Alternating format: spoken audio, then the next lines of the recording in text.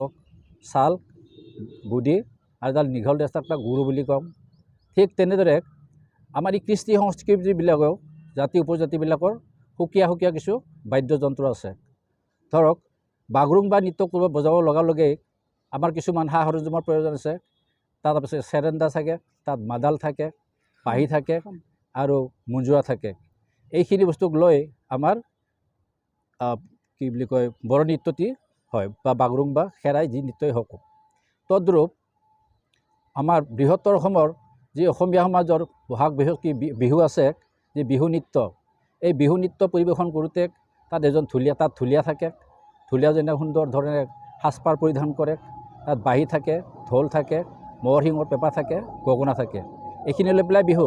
কিন্তু এই বিহুক যদি আমি ড্ৰাম পেডৰ লগত বজাওঁ, কেচিঅ'ত বজাওঁ, সেইটো জানো এই বিহু বুলি ক'ব জানো?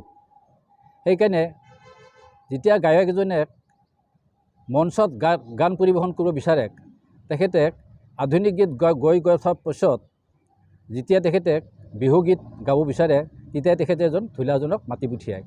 কাৰণ এইটোৱে ক'ব বিচাৰে যে অসমীয়াৰ যি বিহু, এই বিহু নৃত্যত ঢোলৰ প্ৰয়োজনীয়তা আছে আৰু সেইকাৰণে বিহুৱাজন থাকে আৰু বিহু ঢোলেৰে তেওঁলোকে এই গীতবিলাক পৰিৱেশন কৰে। গতিকে আমিও যিহেতু বৃহত্তৰ বড়ো সমাজ এখন হৈছোঁ, সমগ্ৰ অসমতে বড়ো সমাজ বিয়পি আছে। এই বড়োসকল বৰ্তমান উন্নত বুলি ক'লেও আজিৰ তাৰিখত আমি উন্নত হৈ থকা নাই। আমি সম্পূৰ্ণৰূপে উন্নত দিশৰ পিনে গৈ আছোঁ। আমি এতিয়া উন্নতিৰ দিশত আছোঁ।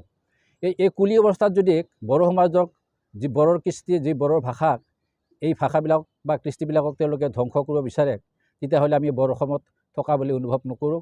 বৃহত্তৰ অসমীয়া সমাজৰ অসমীয়া জাতিৰ এটা জাতি উপজাতি বুলি পেলাই আমি কোনো কাৰণতে মানি ল'ব নোৱাৰোঁ। সেইকাৰণে আমি সংকল্পবদ্ধ হৈছোঁ। তেওঁসকলক আমি সময়ত 48 ঘণ্টা ধৰি দিছিলোঁ, ইতিমধ্যে সময় পাৰ হৈছে। তেওঁলোকে কোনো সময়ৰ কাৰণে আগবাঢ়ি অহা নাই। সেয়ে আমি পুনৰাই তেওঁলোকক সুকীয়াই দিব বিচাৰিছোঁ। তেওঁসকলে যেন আমাৰ বড়ো ৰাইজৰ যি আপত্তি, যি আমি প্ৰেছ কনফাৰেন্সৰ জৰিয়তে তেওঁলোকৰ ওচৰত দাবী জনাইছোঁ, এই দাবীখিনি তেওঁলোকে মানি লওক আৰু অনাগত দিনত তেওঁলোকে এনেকুৱা কোনো কৃষ্টি সংস্কৃতি বিভ্ৰান্তিকৰ কৰি ৰাইজৰ আগত যেন পৰিধান নকৰে, সেইটো তেওঁলোকক আহ্বান জনাইছোঁ। আমি তেওঁসকলে গীত মাত পৰিৱেশন কৰিছে, কোনো কাৰণতে বেয়া নাপাওঁ। তেওঁলোকে আমাৰে গীত মাত পৰিৱেশন কৰি ৰাইজক জনাইছে। কিন্তু বিকৃত কিয় কৰিব? আমাৰ ক'বলগীয়া হ'ল সেইটোৱে, বিকৃত নকৰক।